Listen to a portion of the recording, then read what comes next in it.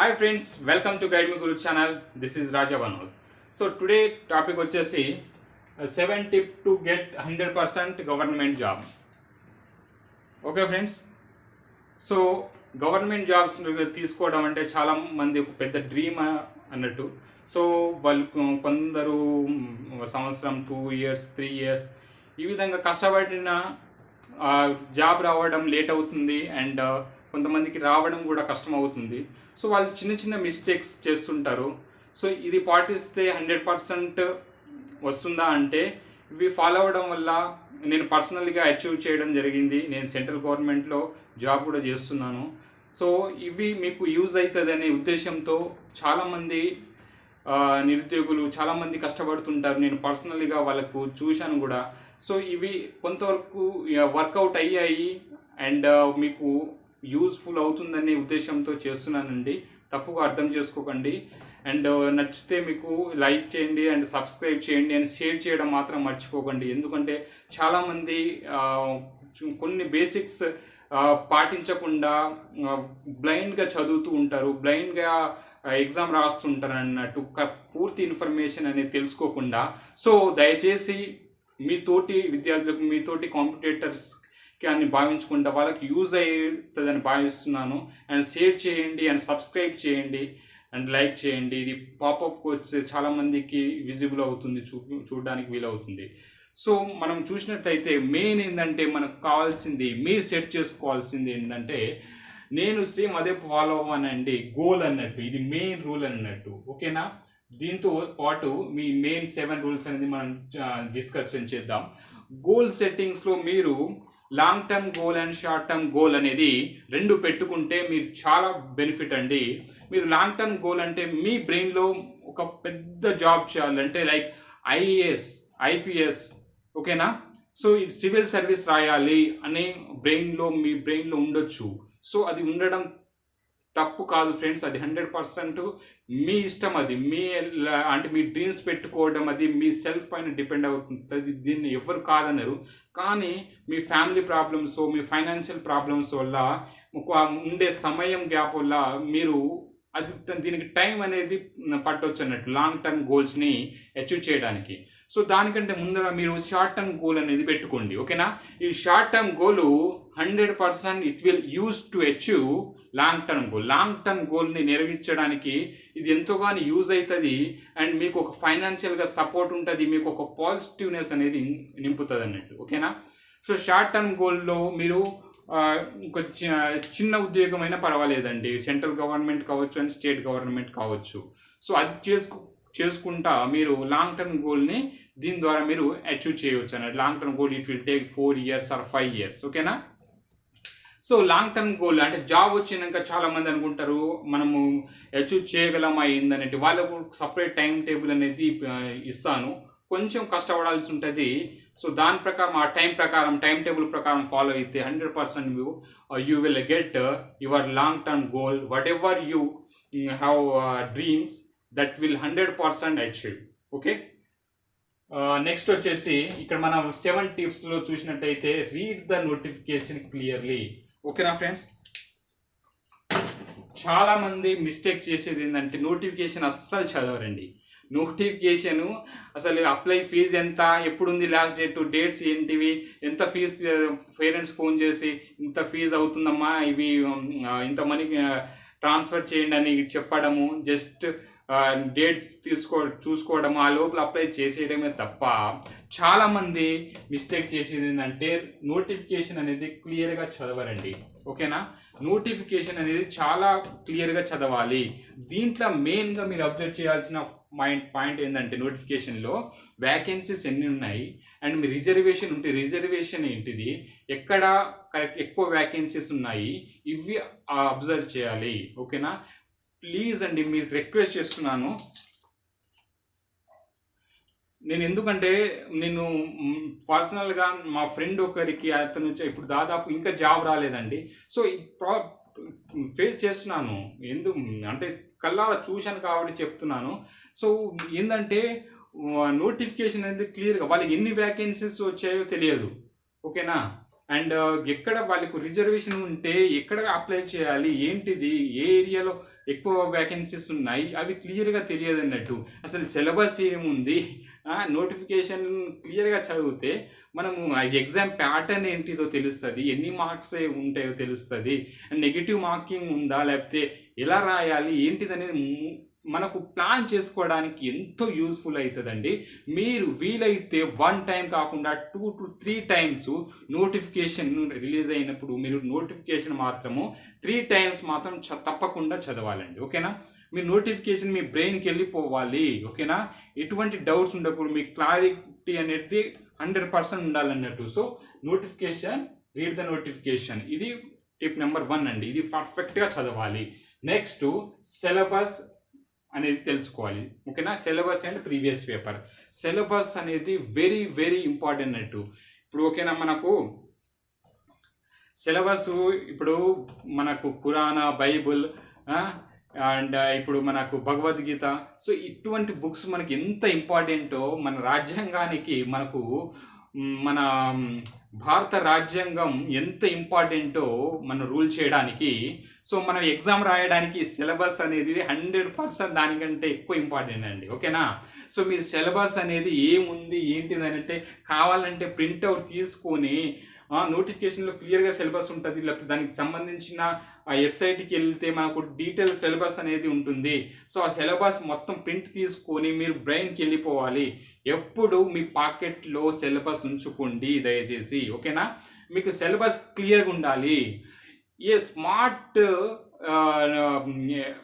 Competitor ఎక్కువ చదవరండి, అంటే వాళ్ళు అనవసరంగా చదవరు. నోటిఫికేషన్ అంటే సిలబస్ ఏముంది, ఎంతవరకు చదవాలి, ఎన్ని మార్క్స్ తెచ్చుకోవాలి, దాని కాంపిటీషన్ ఎంత ఉంది అనేది మెయిన్ ఫోకస్ పెట్టుకుంటే మీకు ఇంత త్వరగా జాబ్ వస్తుందండి. ఓకేనా, అంటే సిలబస్ లేకపోవడం వల్ల ఏమవుతుందంటే మీరు ఎగ్జామ్లో రాని వాటికి కూడా చదవడము, టైం వేస్ట్ చేసుకోవడము, ఉండే టైమే తక్కువ ఉంటుంది. ఓకేనా, మీకు క్లారిటీ అనేది ఉండదు. ఓకేనా, సో సిలబస్ చదవడం మాత్రం ఇంపార్టెంట్. సిలబస్ మీ బ్రెయిన్కి వెళ్ళిపోవాలి అంటే ఏమేమి సబ్జెక్ట్స్ ఉన్నాయి, ఆ సబ్జెక్ట్స్లో ఏమేమి టాపిక్స్ ఉన్నాయి సిలబస్వి అనేది క్లియర్గా మీకు ఐడియా అనేది ఉండాలండి. ఓకేనా, సో ఇది చాలా చాలా ఇంపార్టెంట్. మీరు సిలబస్ రోజుకు ఒకసారి చూసినా పర్వాలేదు. ఓకేనా, మీరు ఎట్లా మీ బ్రెయిన్కి వెళ్ళిపోవాలన్నట్టు, ఏ టాపిక్ పైన ఏ సిలబస్ వస్తుంది అండ్ ఎన్ని మార్క్స్ వస్తున్నాయి, ఏ సిలబస్ అంటే ఏ కాన్సెప్ట్ నుంచి, ఏ టాపిక్ నుంచి ఎన్ని మార్క్స్ ఇస్తున్నారు అనేది తెలియాలంటే ప్రీవియస్ పేపర్ చదవాలి, ప్రీవియస్ పేపర్ చూడాలి. ఓకేనా, ప్రీవియస్ పేపర్స్ను న్యూగా ఎగ్జామ్ రాస్తున్నారైతే మీరు ప్రీవియస్ పేపర్ను ఒకసారి చూసుకోండి అన్నట్టు. అంటే కొత్తగా రాస్తున్న వాళ్ళు, ఆ ఎగ్జామ్ని కొత్తగా అటెంప్ట్ చేస్తున్న వాళ్ళు ప్రీవియస్ పేపర్ చూడడం వల్ల వాళ్ళకు ఒక ఐడియా అనేది రావడం జరుగుతుంది. ఓకేనా, సో దానివల్ల వాళ్ళు ఎన్ని మార్క్స్ వస్తున్నాయి, ఏ టాపిక్ పైన మనం ఎక్కువ కాన్సన్ట్రేట్ అనేది చేయాలి అనేది వాళ్ళకు ఒక అవగాహన అనేది ఉంటుంది. ఓకేనా, సో ఇది మాత్రం మర్చిపోకండి, మీరు సిలబస్ను కరెక్ట్గా చదువుకోవాలి అండ్ ప్రీవియస్ పేపర్ను చేసుకోవాలి. ఇది tip number 2. Next regular mock test అనేది రాయాలన్నది. మాక్ టెస్ట్ అనేది రోజు మీరు వీలైతే minimum 1, maximum 2 to 3 mock test అనేది రాసిన సమస్య ఏం లేదండి. మీరు ఎంత ఎక్కువ మాక్ టెస్ట్ అనేది రాస్తే అంత ప్రాక్టీస్ అనేది మీకు వెళ్తుంది. ఎగ్జామ్లో అంత స్పీడ్గా మీరు ఎగ్జామ్ని అటెండ్ చేయగలుగుతారు అన్నట్టు. టైం అనేది చాలా చాలా ఇంపార్టెంట్ అండి. ఎగ్జామ్లో ఎంత టైం త్వరగా మనము యాక్యురసీతో ఎంత త్వరగా అటెంప్ట్ చేస్తే అంత ముందుంటారు మీరు. ఓకేనా, సో అది ఎలా వస్తుందంటే మీకు మాక్ టెస్ట్ రాయడం వల్లనే వస్తుంది. ఓకేనా, మీకు చేతులు ఎత్తి నమస్కరించి చెప్తున్నానండి, ఈ మిస్టేక్ చెయ్యకండి. మాక్ టెస్ట్ రోజు ఒకటి రాయండి. ఓకేనా, వీలైతే సబ్ మాక్ టెస్ట్ అనేది ఉంటుంది. అంటే మీరు సిలబస్లో మీ టాపిక్ ఉంటుంది. సిలబస్లో ఫర్ ఎగ్జాంపుల్ రీజనింగ్ టాపిక్ ఉందనుకోండి, రీజనింగ్ లెవెల్లో ఉన్న ఆ topic separate question and answer mock test ఉంటుంది. సో అది అయిపోయినాక వెంటనే ఆ మాక్ టెస్ట్ అనేది రాయండి. సో మీకు ప్రాక్టీస్ అనేది అవుతుంది. ఇంగ్లీష్ ఉంటుంది, English next comprehensive reading passage లాంటివి, లేకపోతే ఎర్రర్ ఐడెంటిఫై చేయడం లాంటిది, లేకపోతే కొన్ని మిస్టేక్స్ ఫిల్లింగ్ ద బ్లాంక్స్ లాంటివి, అలాంటివి మీకు ప్రిపోజిషన్ రిలేటెడ్వి అలాంటివి మీరు వెంటనే టాపిక్ అయిన వెంటనే మాక్ టెస్ట్ అనేది రాయండి, ప్రాక్టీస్ చేయండి. ఓకేనా, it will very very helpful to your exam అండి. ఓకేనా, రెగ్యులర్ మాక్ టెస్ట్ అనేది రాయాలి. నెక్స్ట్ న్యూస్ పేపర్, ఇది చాలా చాలా ఇంపార్టెంట్. కానీ దీంట్లో కూడా చాలామంది టైం వేస్ట్ చేస్తారు. నాకు తెలుసు మీరు టైం వేస్ట్ 100% చేసేస్తారు. న్యూస్ పేపర్ ఎందుకు చదవాలి తెలుసా మీకు?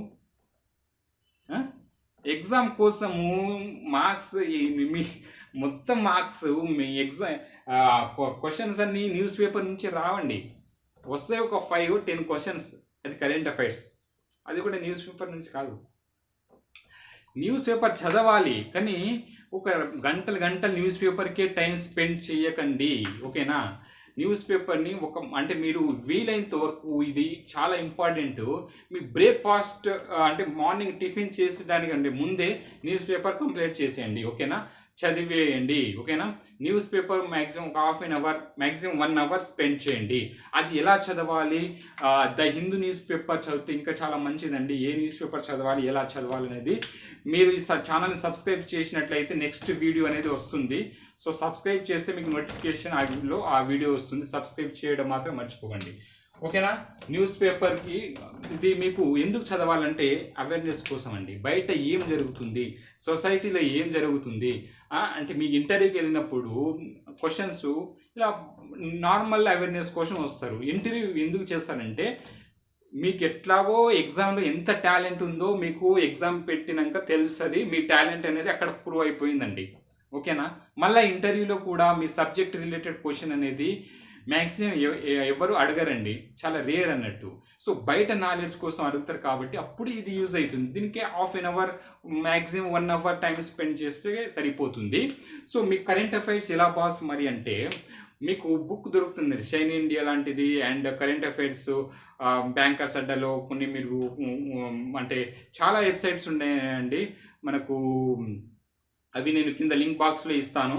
సో ఆ వెబ్సైట్కి వెళ్ళినట్టయితే 6 month ప్రీవియస్ కరెంట్ అఫైర్స్ మీరు ఎగ్జామ్కి ఒక 15 days 1 month ముందర ప్రిపేర్ అయినట్టయితే సరిపోతుంది, ఓకేనా? దానికోసం మీరు చాలా టైం వేస్ట్ చేయకండి, ఓకేనా?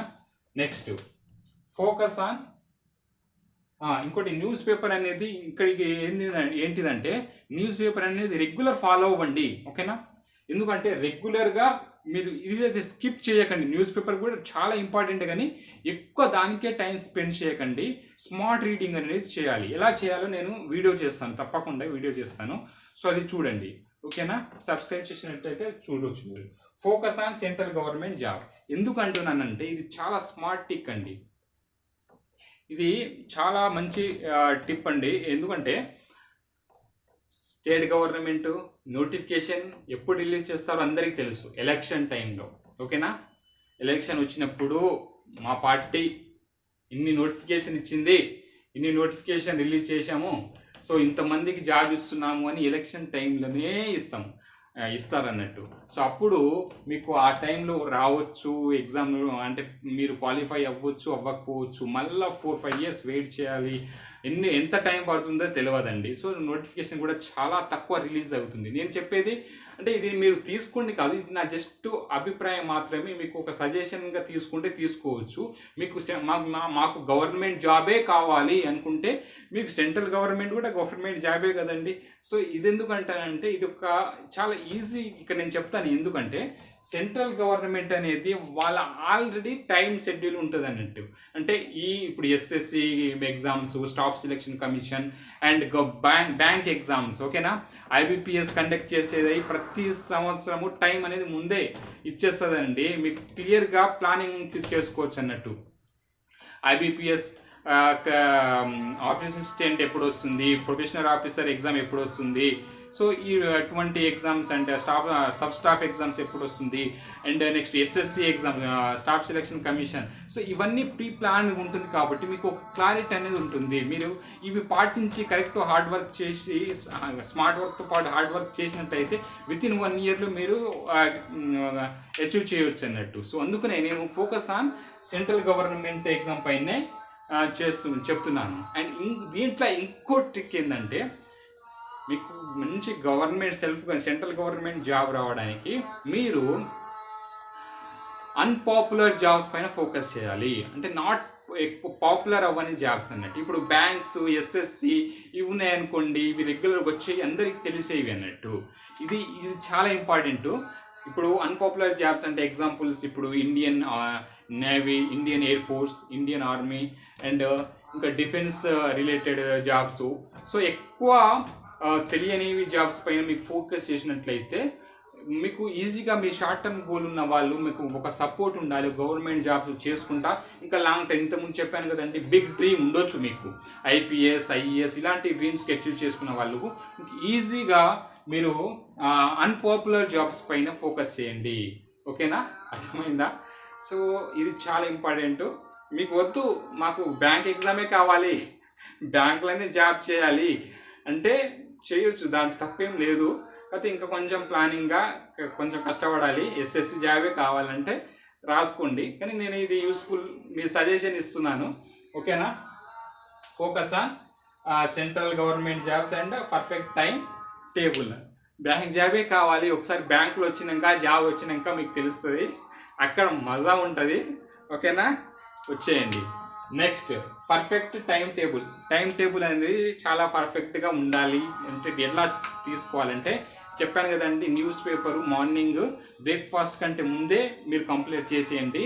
తర్వాత బ్రేక్ఫాస్ట్ అయిన తర్వాత మీకు డిఫికల్ట్గా ఫీల్ అయ్యేటువంటి సబ్జెక్ట్ను స్టార్ట్ చేయండి. అంటే 9 to 11, 12 ఆ టైంలో మీ డిఫికల్ట్ సబ్జెక్ట్ ఇంగ్లీషు, లేకపోతే మీకు రీజనింగ్ డిఫికల్ట్ ఉంటే రీజనింగ్, మీకు ఏదైతే క్వాంటిటేటివ్ ఆప్టిట్యూడ్, లేకపోతే మీకు ఇంకా సబ్జెక్టు ఏదైతే డిఫికల్ట్ ఉంటాయో అవి స్టార్ట్ చేయండి. తర్వాత ఆఫ్టర్నూన్ వరకు ఆ సెషన్ పెట్టుకున్నాక లంచ్ చేసుకోండి. లంచ్ చేసుకున్నాక తర్వాత 2 to 5 వరకు ఇంకో సబ్జెక్ట్ అన్నట్టు. ఈ విధంగా తర్వాత 5:30 to 6:30 స్పోర్ట్స్ ఆడండి. ఓకేనా, ఫ్రెండ్స్తో టైం స్పెండ్ చేయడం, లేకపోతే మ్యూజిక్ వినడము.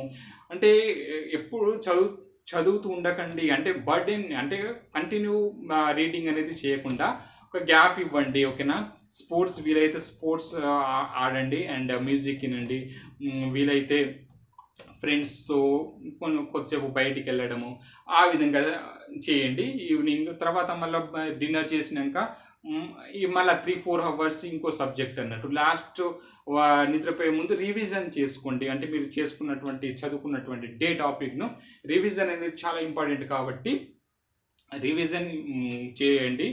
అండ్ ఇదండి పర్ఫెక్ట్ టైం టేబుల్. నేను క్లియర్ టైం టేబుల్ ఎలా ఉండాలనేది నెక్స్ట్ వీడియో చేస్తాను. ఓకేనా, మీరు సబ్స్క్రైబ్ చేయండి. సో నెక్స్ట్ వీడియో అనేది మీకు అందుబాటులోకి వస్తుంది టైం టేబుల్ గురించి.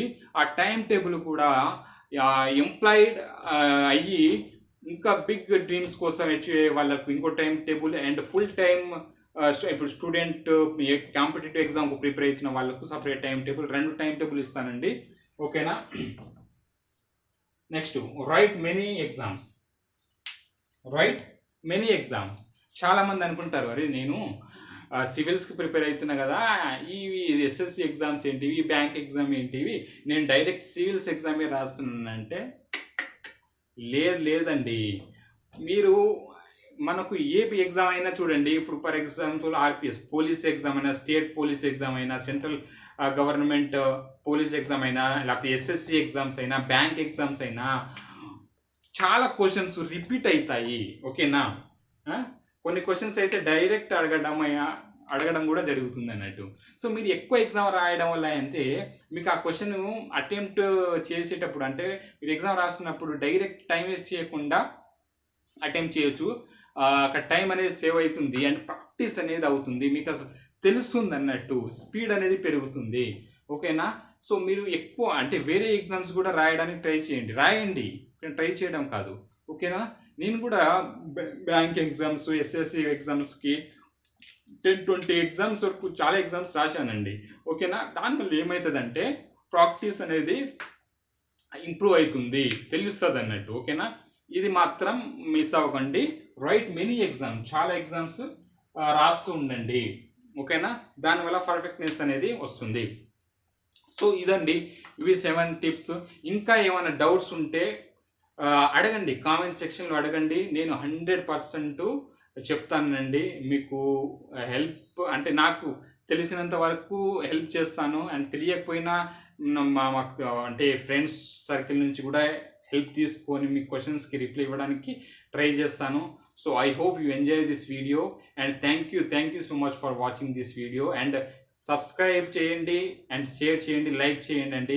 సో ఈ వీడియోస్ చేయడానికి ఎంత కష్టం ఉంటుందో మీకు తెలియకపోవచ్చు, కానీ అర్థం చేసుకోండి అండ్ సబ్స్క్రైబ్ చేయండి అండ్